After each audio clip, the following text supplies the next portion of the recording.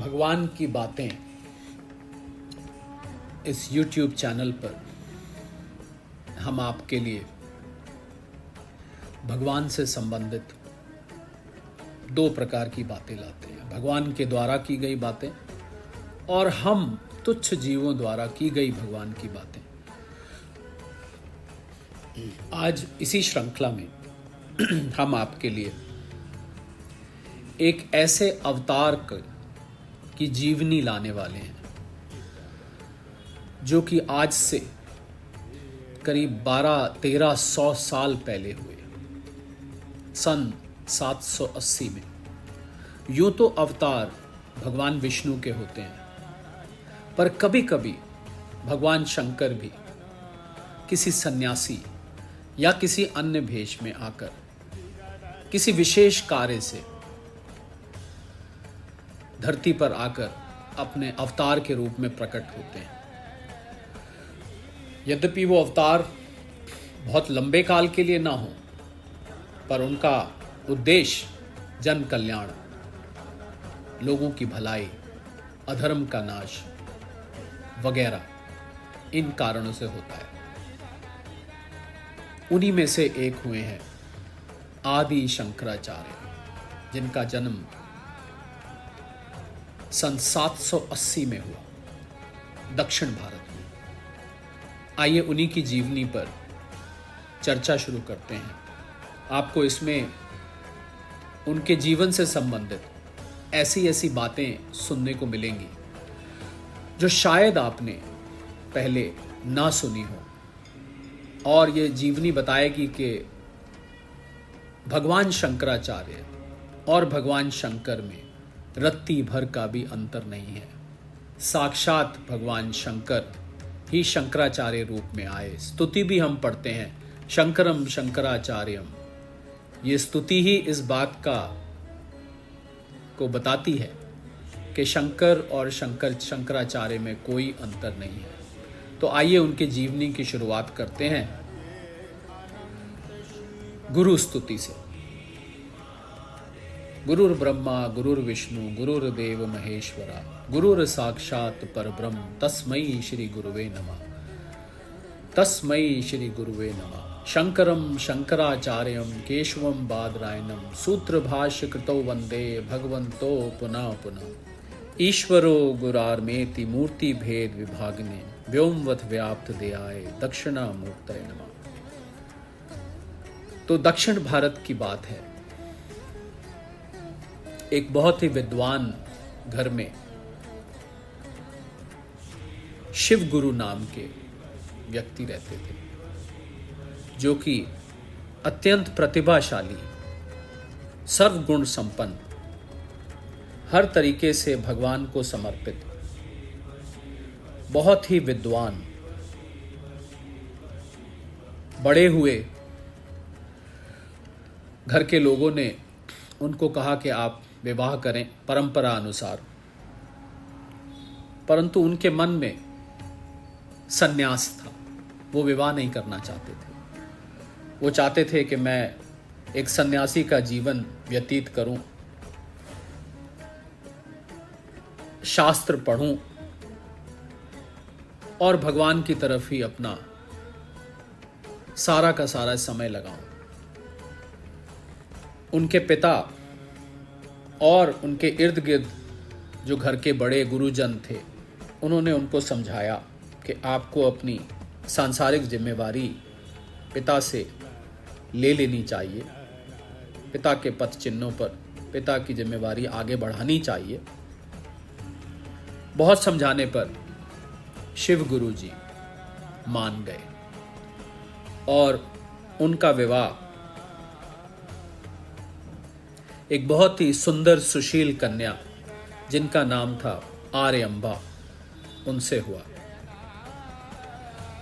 ये बात केरला के, जो कि उस समय तमिलनाडु होता था, एक छोटे से गांव कालड़ी की है। कलाड़ी भी कहते हैं, कालड़ी भी कहते हैं। ये आज भी वहाँ पर है। भगवान शंकराचार्य जी का बहुत भव्य मंदिर श्रृंगेरी पीठ ने वहाँ पर बनवाया हुआ है। विवाह हो गया। दोनों का जीवन बहुत सुखद व्यतीत होने लगा।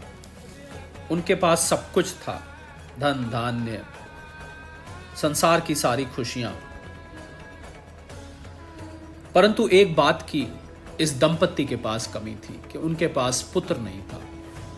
तो शिव गुरु जी अपनी अर्धांगिनी आर्यंबा से कहने लगे, मेरा आधा जीवन बीत चुका है और कोई इच्छा तो है नहीं।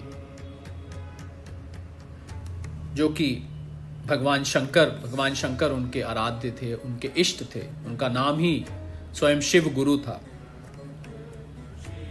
उनको पुत्र के ना होने की कमी खलने लगी। उन्होंने पत्नी से कहा और फिर यह निर्णय किया कि वो भगवान शंकर से ही इसकी प्रार्थना करेंगे। कई साल विवाह को बीत चुके थे। तो एक केरला में ऋषभ आंचल मंदिर, वहां जाकर शिव गुरु ने ये आराधना शुरू करी भगवान शंकर की, पुत्र की प्राप्ति के लिए। बहुत ही सुयोजित ढंग से उन्होंने उपासना करी, पूरी तरह से भगवान में ध्यान लगाकर, पूरी तरह से समर्पित होकर, इतने दिल से उन्होंने प्रार्थना करी। और उस तपस्या प्रार्थना के दौरान वो खाली फल खाते और साधना करते। उनकी पत्नी आर्यंबा भी वहीं उनके पास रहने लगी और उनको साधना में सहायता करने लगी।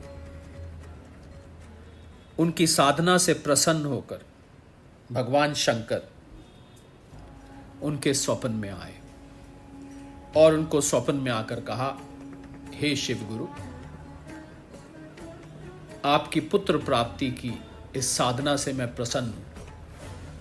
मैं आपको पुत्र का वरदान देता हूं, पर आपको यह चयन करना पड़ेगा कि आप एक साधारण पुत्र चाहते हैं जिसकी लंबी आयु हो, एक साधारण जीवन हो, या आप एक विद्वान पूर्ण ज्ञाता पुत्र चाहते हैं परंतु उसकी आयु अल्प होगी, पूरी नहीं होगी।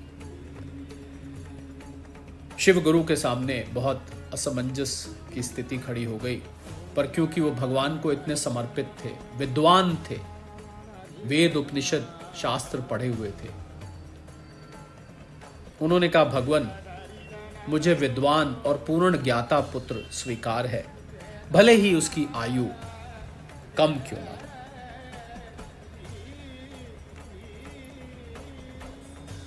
और जब वो वापस आए साधना से, तो उन्होंने आर्यंबा को अपने स्वप्न के बारे में बताया और भगवान शंकर के वर अनुसार आर्यंबा गर्भवती हुई। और जब उन्होंने गर्भ धारण किया तो बहुत सारी शुभ और मंगल संकेत उन्होंने अपने इर्द गिर्द देखे। फूल खिलने लगे, वायु में एक विशेष प्रकार की मधुरता, सुगंध आने लगी। यही नहीं, एक और बड़ी ही अनोखी बात देखी गई कि जहां जहां जो भी पंडित गण, उस समय बहुत अधर्म फैल रहा था, नास्तिकवाद फैल रहा था, लोग शास्त्रों का अर्थ कुछ का कुछ निकाल रहे थे, अलग अलग मत चल रहे थे, जो कि भगवान का अपनी तरीके से समझकर लोगों में गलत तरीके से उसका प्रचार कर रहे थे, शास्त्रों के विरुद्ध, वेदों उपनिषदों के विरुद्ध।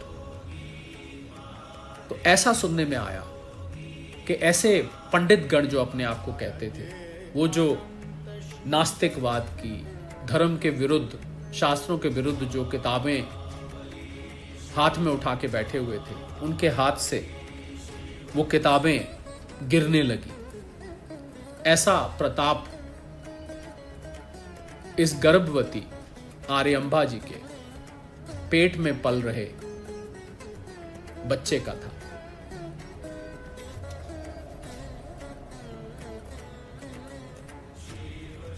भगवान शंकराचार्य उनके गर्भ में थे और भगवान शंकराचार्य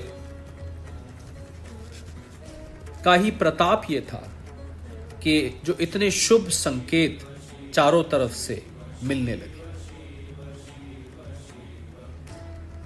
और क्योंकि शिव गुरु और आर्यम्बा को यह पता लग चुका था कि जो आने वाला पुत्र है वो अत्यंत विद्वान, तेजमयी, पूर्ण शास्त्रों का ज्ञाता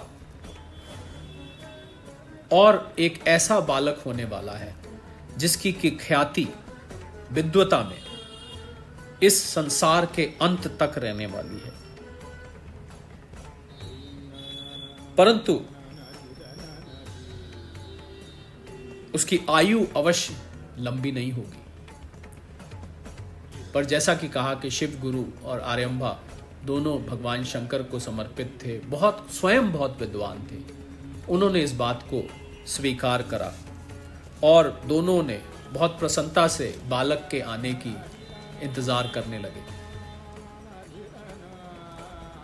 आज इस इंट्रोडक्टरी पार्ट में, ये शुरुआत का जो हिस्सा है भगवान शंकराचार्य के प्रकट होने का, भगवान शंकराचार्य के जन्म होने का, उसको आज इतना ही रखेंगे जिससे आपके मन में आतुरता बनी रहे कि जब भगवान शंकराचार्य जी का जन्म हुआ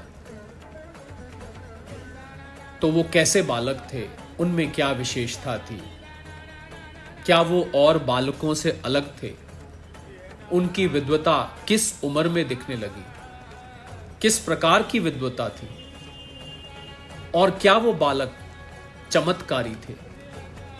आखिर भगवान शंकर के कुछ लोग अंश अवतार कहते हैं, पर हम कहते हैं कि भगवान शंकर साक्षात इस दंपति शिव गुरु और आर्यम्बा के यहां प्रकट हुए। इसको हम अगले एपिसोड में कंटिन्यू करेंगे। तब तक के लिए आप भगवान की बातें इस चैनल से जुड़े रहें। इस भगवान शंकराचार्य जी की जीवनी के दूसरे भाग के आने तक आप सबको सादर प्रणाम।